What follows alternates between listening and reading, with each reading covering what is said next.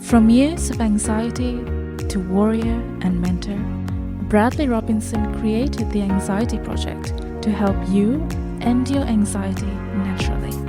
Let's mold the new you and let's end anxiety together. Hello and welcome to episode 177 of the Anxiety Project podcast. I am Brad Robinson, here to talk about habits, the behaviors of an anxiety sufferer, but more importantly, how you can use your behaviors to get yourself out of the anxiety hole you are in. Now, I get all the time people online, they say, I can't seem to get into these new habits like meditation, or I can't seem to discipline myself with reading instead of watching TV. I keep catching myself, or the TV keeps controlling me, right? Like I can't seem to control me and resisting the TV or reassurance seeking or Google. And so in this episode, I want to dive more into what you can do to break out of the patterns you're currently running, how you can do that, why it's important to do that, and also why there is such a strong resistance to shifting. Because when you actually shift your behaviors, you can change your physiology, you can change your mindset.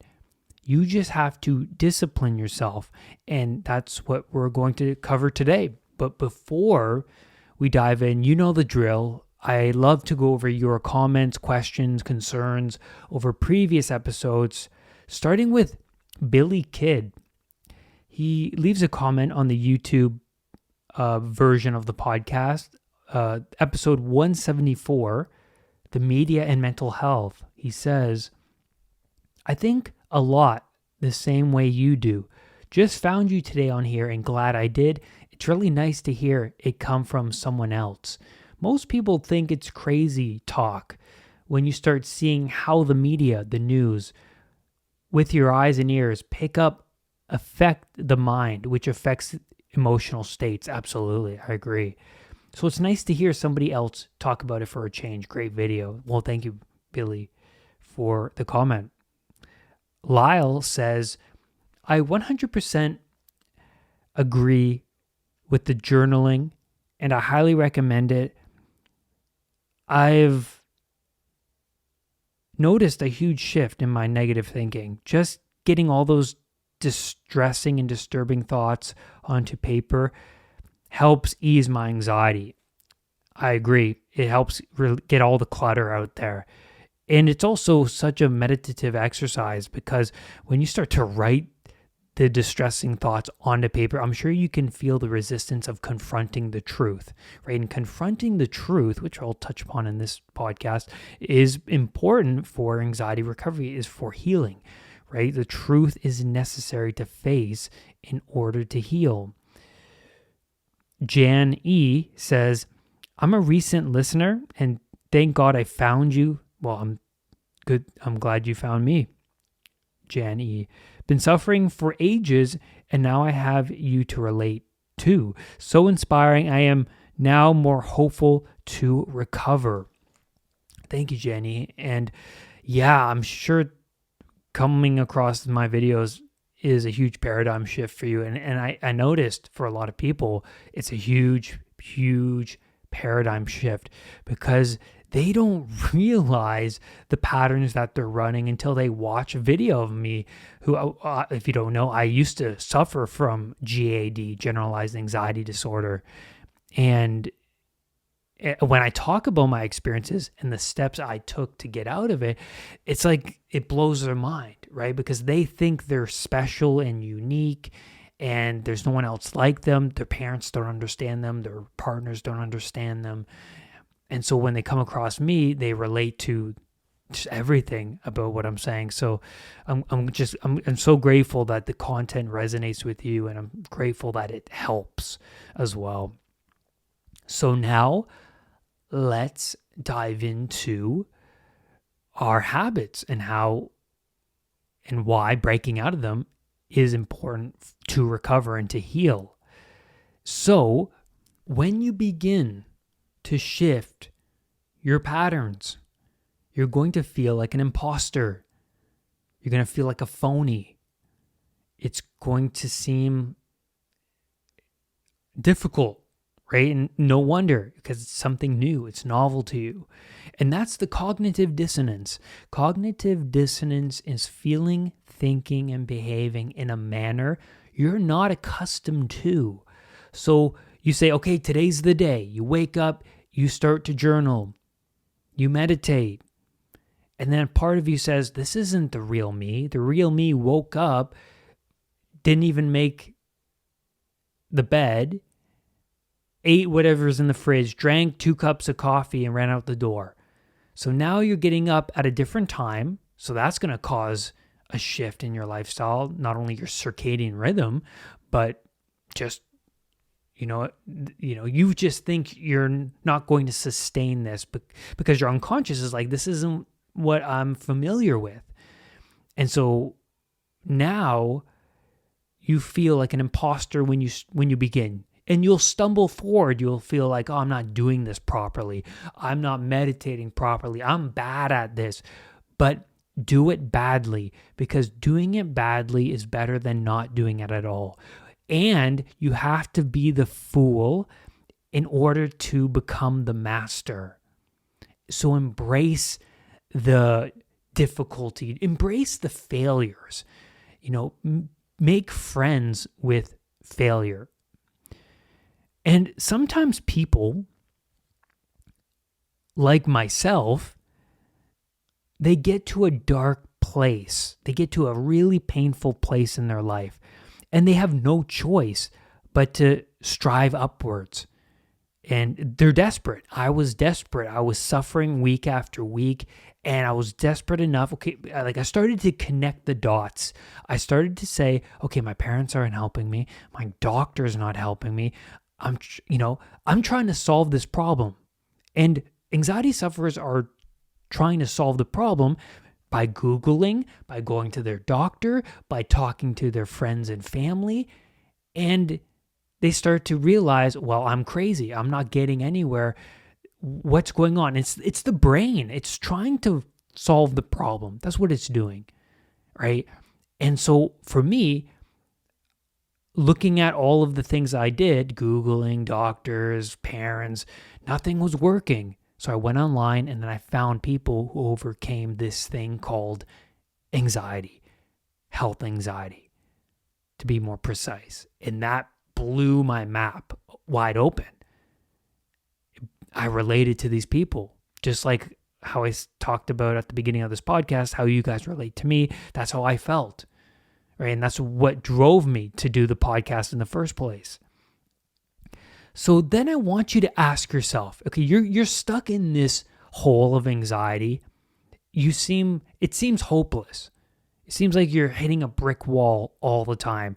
I want you to ask yourself, are my current behaviors, my habits, producing the results I want? No? Then isn't any change to my routine, your routine, now necessary? Isn't any change necessary at this point? And the sufferer, they may feel that change will generate more pain and anxiety. And that's somewhat true, but they use it as an excuse. Yes, the resistance can feel like, yeah, it's making things worse. But things have to get worse before they get better. An example of this is when you go to the gym. It's painful, but the results come. You look at yourself in the mirror, you feel stronger, you look stronger, right? But you have to go through the pain.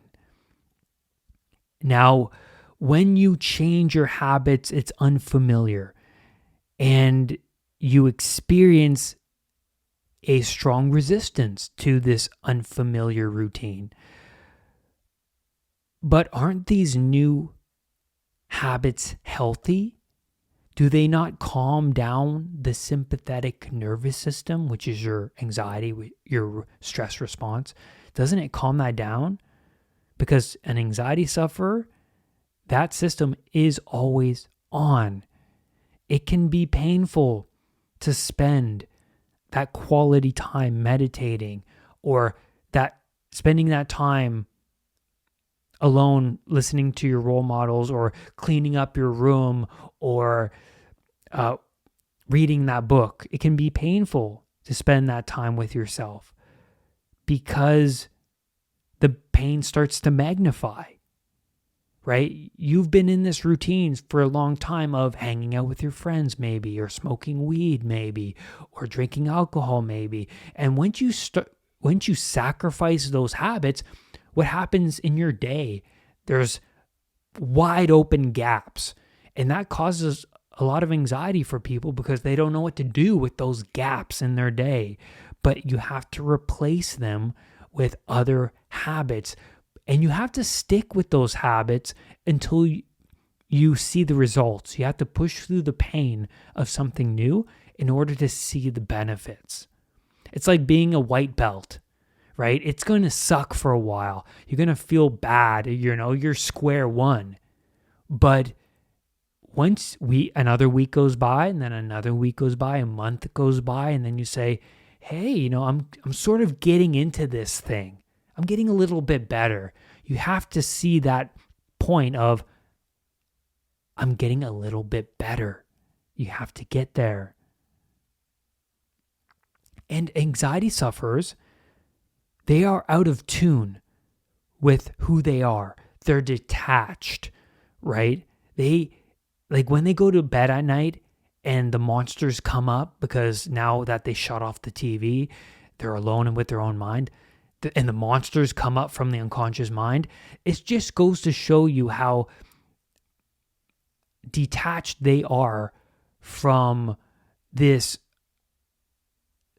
past that they're being haunted by. And they're detached. They don't know who they are. They don't know really what they want. But in this podcast episode, I want to talk about how you find what you want when you start to explore what's unfamiliar to you, and you start to develop a new, not just belief structure, but a new perspective, right? When you start to do deep breathing exercises and you're like, oh my God, I feel great. I went to a whole new different realm of my psyche, and I felt relaxed. I felt like I wasn't my mind. I wasn't my thoughts. That shifts everything. And so when you start to do these new habits and play around with a new routine, and start to discipline yourself, maybe even with something like reading, you start to see, wow, I'm seeing some really powerful results. I never knew I could accomplish this thing or get to where I am now.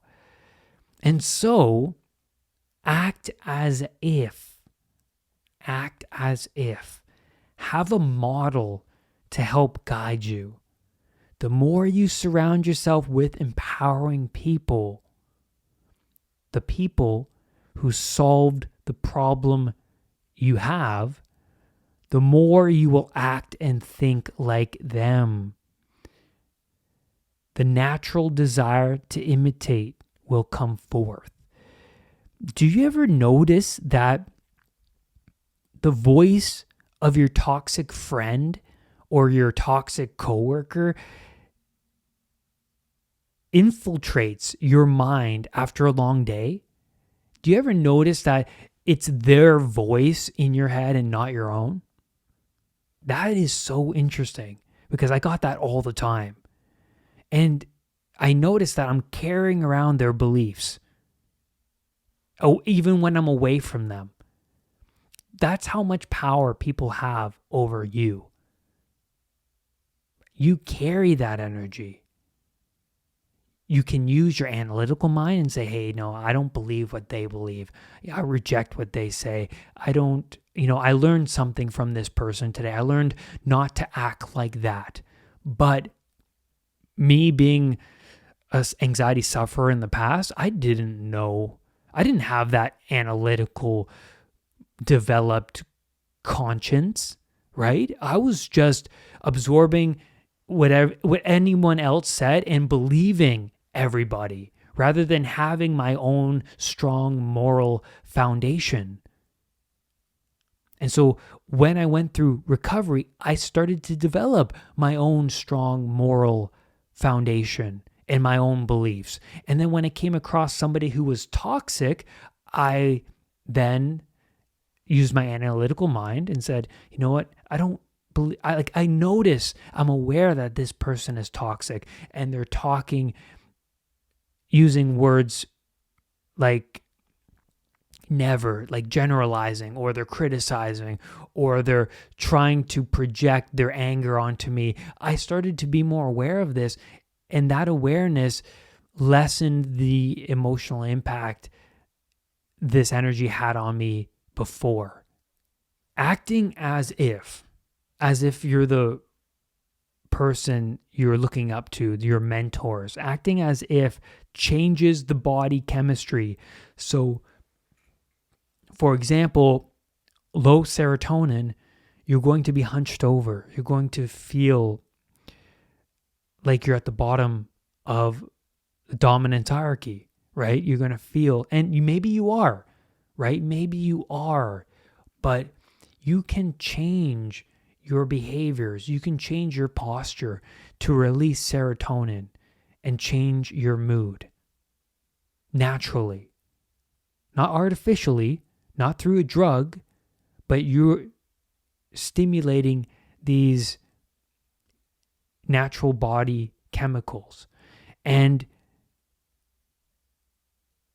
a 10-minute meditation in your car before work can change your physiology, and it can anchor in a new state.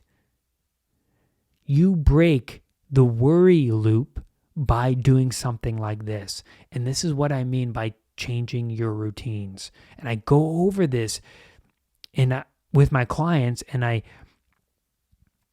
go over their day to day with a fine-tooth comb, and I try and fit in, or we work together, the client and I work together in figuring out what part of the day could we fit in this 10-minute routine. And I hold them accountable for not living up to that routine week after week each time we meet, because I need them. Well, I don't need them. They need it for themselves. They need to make that routine, that little routine, into a habit in order to see the benefits from that. So after a month of meditating, they'll come and say to me, Brad, there's a huge shift in my lifestyle. Compared to a month ago, I am now more focused and alert, and I feel calmer before work. And that shift can make that person's life 10% better in just like a month's time. And so these little habits are really crucial to improve the quality of your life and to improve the garden that is in your mind. If Bilbo Baggins stayed in the Shire, he would have never been the brave warrior he became. He came back to Bag End hardened and self-actualized. He would have never have known how much he is actually capable of if he stayed in the Shire. That there is an infinite amount of potential within himself. Wouldn't it have been a tragedy if he never left the Shire? Of course. At first, before he went on this great adventure, he thought, I'm no burglar. I'm no adventurer. I'm just a Shire dweller. living on Pleasure Island, right? I'm not an explorer. And Gandalf, he didn't see much in Bilbo. He didn't see much in him at all. Even though he pushed him forward on this adventure, you could see in Gandalf's eyes that he had a lot of doubt for Bilbo. He even said it later in the movies that, I can't believe how far you've come. Like, I didn't expect this at all from you. But the adventure, it called him forth. It called him forth. And what called me forth was the possibility I could get out of this cycle of anxiety. Like I said at the beginning of this episode, how I began this whole journey, there was this call, right? There has to be more to this. And I kept striving for that because my strategies, they weren't working for me. So I had to continue to find new strategies and burn off the other strategies that were not working. And coming into contact with these role models online who overcame anxiety, I realized that my life could be transformed a year from now if I do the opposite of what I did. These people online that I was looking up to, they lived a totally different lifestyle. These were people I never looked up to before. I looked up to really toxic models. An example would be someone like Kurt Cobain, for example.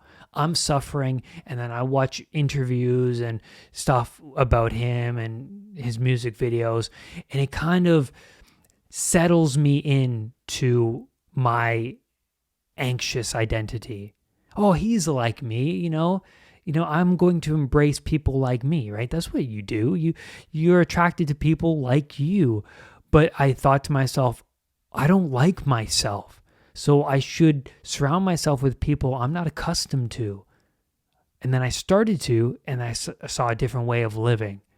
Oh, this is fascinating. They got themselves out of this loop by doing these habits and behaviors and thinking this sort of way and sacrificing these things, foods, friends.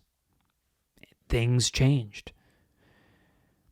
And so my old self, I didn't make the bed. And so I started to make the bed. I woke up at 10. I started to wake up at 6. I started my day off with coffee, junk cereal, and TV. Then I replaced that with journaling and meditating in the morning and meditation. Hanging out with negative friends changed into watching and listening to my mentors. Smoking weed changed into going to the gym. Watching TV changed into reading. My unconscious mind started to get it. It started to say, oh, this is what Brad wants. This is what Brad values. The role models I was watching were vulnerable people. They were expressing all of their faults, insecurities, failures. And a part of me was like, this is new. I always shut off my emotions from others, or I always thought these emotions were a sign of weakness. And they talked about their flaws and how they failed and made those catastrophic mistakes in their lives. And something in me clicked with these people because they seemed empowered when they spoke freely. But I saw in their eyes a freeing aspect to talking this way, that they're no longer shackled to these unconscious beliefs, these poor beliefs, and these things that they were dependent upon. They were very independent people, self-actualized people. It's okay not to be perfect. We live in a profile picture society. But the truth behind that smile, that profile picture, is what I want to know. I want to know your struggles. I want to see and understand how you got yourself from being a dependent, addictive sufferer to this self-actualized, independent, powerful, empowered person. And that's where I'm going to leave you on today's podcast episode. Thank you for being here with me, leaving your comments, asking me questions. I know you didn't ask me questions today, but I always get your questions, so I really appreciate that. And if you haven't, visit unpluganxiety.com. I post the podcast on there. I have a podcast feed on that on my website. The program is on my website. The one-on-one coaching is on my website. So go there for all things anxiety recovery. And lastly, do not let anxiety define who you are. I will see you on the next podcast episode. Bye for now. Brad's powerful anxiety recovery program is now available at unpluganxiety.com. The Anxiety Project program is downloadable and puts the power of anxiety recovery in your own hands. Visit unpluganxiety.com for more details. Recovery starts now.